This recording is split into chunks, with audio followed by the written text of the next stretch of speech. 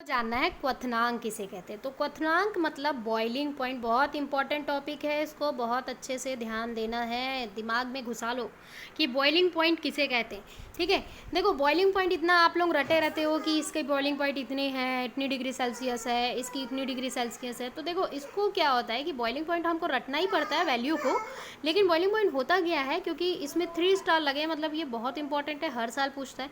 देखो suppose boiling point हम किसे कहते हैं, किसी द्रव्य का जो वाष्प दाब होता है बेटा, द्रव्य का वाष्प दाब है ना, जब वायुमंडलीय वाष्प दाब मतलब 1 atm एटमॉस्फेरिक प्रेशर 1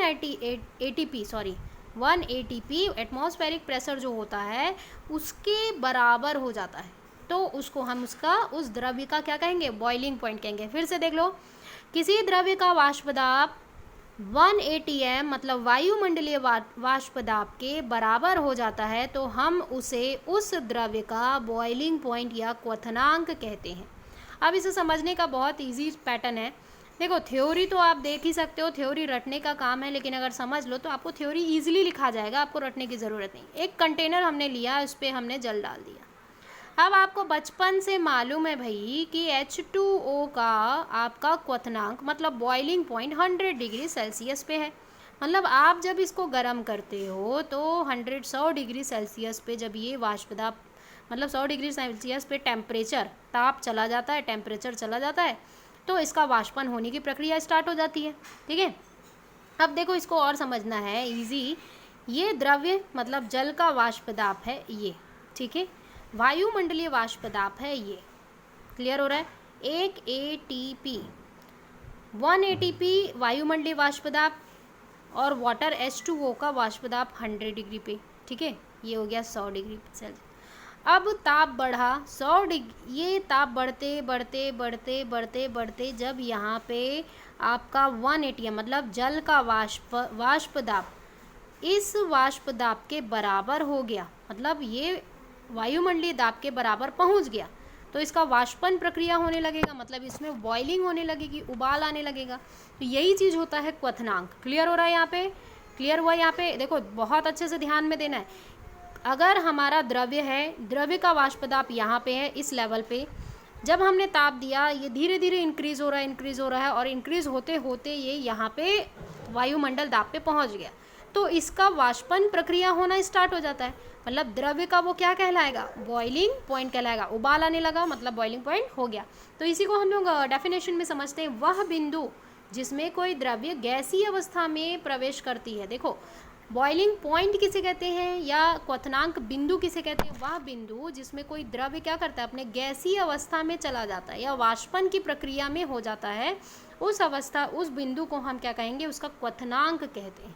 ठीक है, प्रश्न इससे रिलेटेड आता था बेटा, बहुत इंपॉर्टेंट प्रश्न है ये।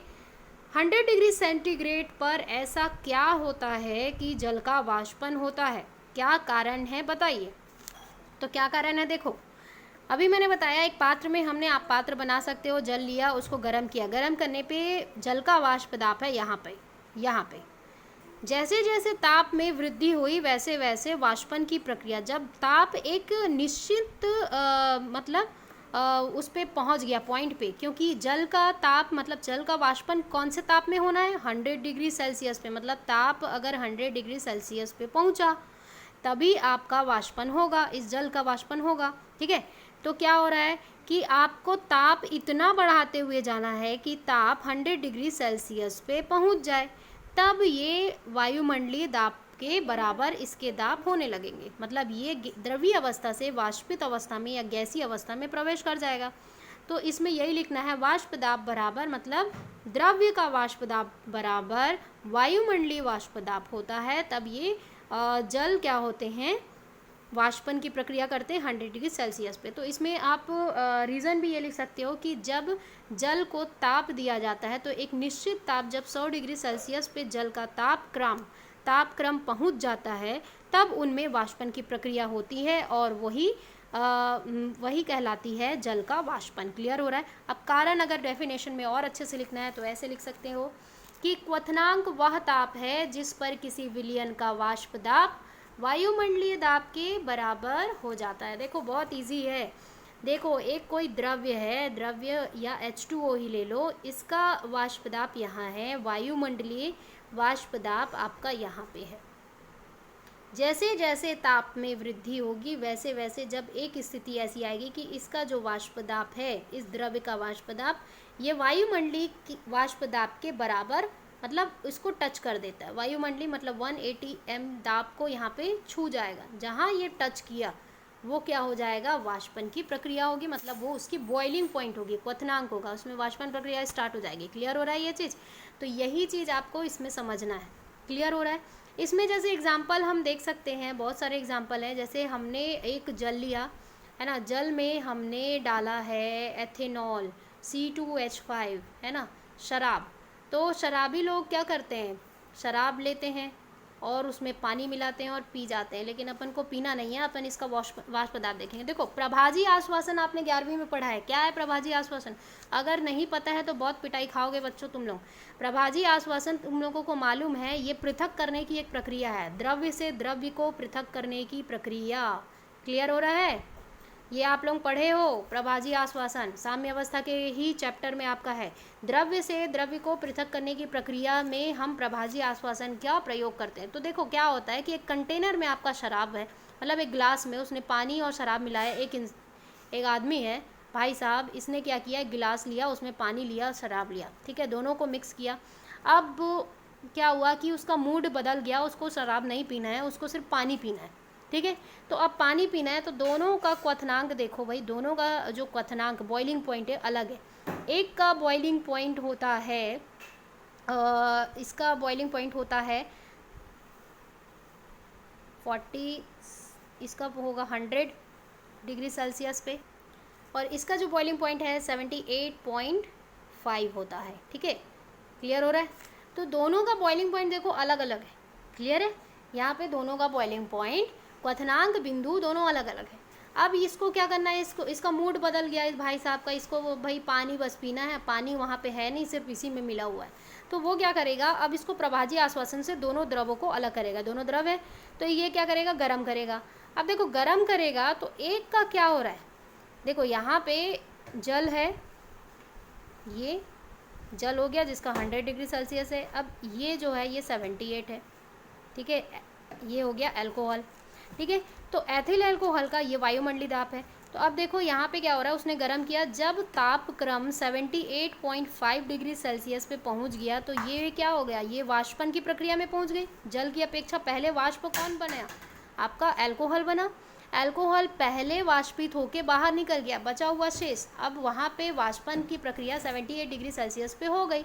वहाँ पे उसने क्या किया, ताप को 0 पे ले आया, बंद कर दिया, बचा हुआ शेष उसको जल मिल गया, ठंडा किया और पी लिया। तो द्रव्य द्रव्य को प्रभाजी आश्वासन से अलग कर सकते हैं। तो यही चीज़ उसने कहा था कि जो वायुमंडलीय दाब, मतलब नॉर्मल क्या होता है कि जो क्वथनांक होता है वो किसी भी द्रव्य का गैसीय अवस्था में जाने की वो प्रक्रिया होती है, वही बिंदु को हम क्वथनांक बिंदु कहते हैं। ठीक है, क्लियर हो रहा है ये कॉन्सेप्ट? आगे वाले कॉन्सेप्ट पे चलते हैं। आगे प्रश्न दिया है 2016, 18 और 10 और 6 में पूछा गया था, पहाड़ी क्षेत्रों में जल का क्वथनांक कम क्यों होता है? सही बात है भाई। और वहाँ खाना पकाना कठिन क्यों हो जाता है, बड़ा दिक्कत है। तो जानते हैं पहाड़ी इलाकों में, देखो भाई पहाड़ में सपोज कोई घर है, ठीक है, अब यहाँ पे कोई भाई साहब खाना बनाने चढ़ाया हुआ है, ठीक है, क्लियर हो रहा है? ये खाना सब्जी पक रही है, इसमें पानी डला हुआ है। अब देखो, और ये यहाँ पे एक घर है जहाँ पे खाना पक रहा है।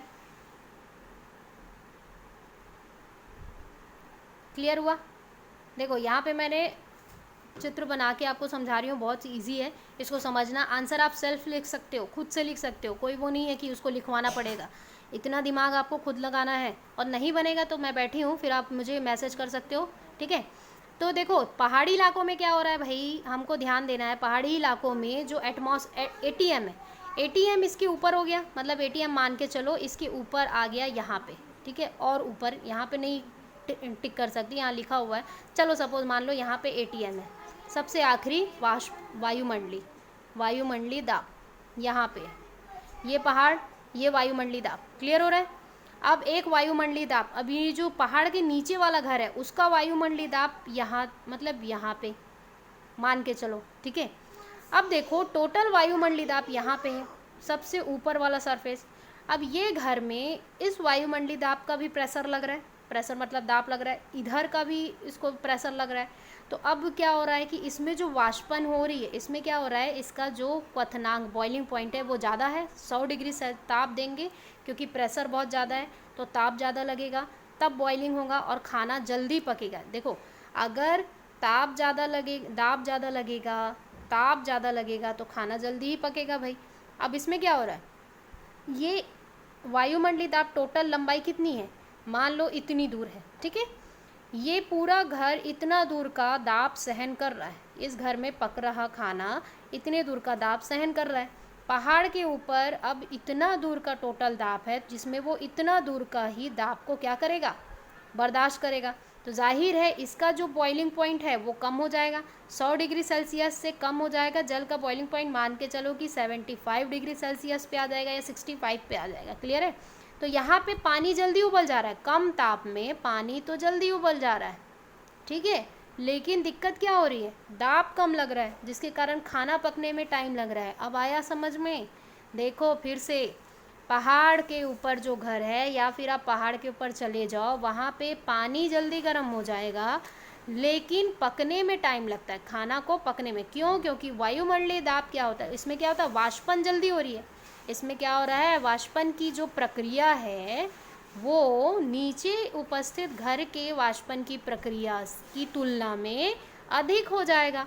यहाँ पे वाष्पन ज़्यादा हो रहा है, यहाँ पे वाष्पन कम हो रहा है। क्यों कम हो रहा है? क्योंकि दाब इतने दूरों का है और यहाँ पे दाब इतने दूर का है।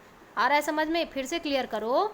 देखो इसमें जो वाष्पन की प्रक्रिया हो रही है वो कम होगी अपेक्षाकृत इससे, इसकी वाष्पन की प्रक्रिया ज़्यादा हो जाएगी। क्यों ज़्यादा हो जाएगी? क्योंकि ये कम ताप में वाष्पित हो रहा है, ये ज़्यादा ताप में वाष्पित हो रहा है। तो यहाँ पे देखो जब ये कम ताप में वाष्पित होने लग गया तो ये जल्दी जल्दी पानी बाहर निकल गया वायुमंडल पे, तो इस पे तो दाब नहीं लगा, इस पे ऊर्जा लगी ही नहीं, तो आपका जो खाना है वो पका नहीं, लेट से पकेगा, ठीक है। इसमें क्या हो रहा है, ताप ज़्यादा लग रहा है, दाब भी ज़्यादा लग रहा है, तो वो पूरा ऊर्जा किसको ट्रांसफ़र कर रहा है, उस खाने को, ठीक है, उस पदार्थ को। तो पूरा ऊर्जा जो जल का है वो इस पर ट्रांसफ़र होने लग गया, तो ये पक गया। तो यही होता है, नीचे में ताप क्रम क्या होता है, ज़्यादा होता है लेकिन खाना जल्दी पकता है। इसमें वाष्पन की प्रक्रिया तीव्र होती है लेकिन खाना लेट से पकता है। वाष्पन की प्रक्रिया इसमें कम होती है लेकिन खाना बहुत जल्दी पकता है। यही रीज़न है, ठीक है। इसके थ्योरी आप बना के एक बार देखिएगा, नहीं बनता है तो फिर मैं आपको लिखाऊंगी। नेक्स्ट टॉपिक चलते हैं, स्थिर क्वथनांक की, बहुत इंपॉर्टेंट टॉपिक है बच्चों, आगे बढ़ते हैं।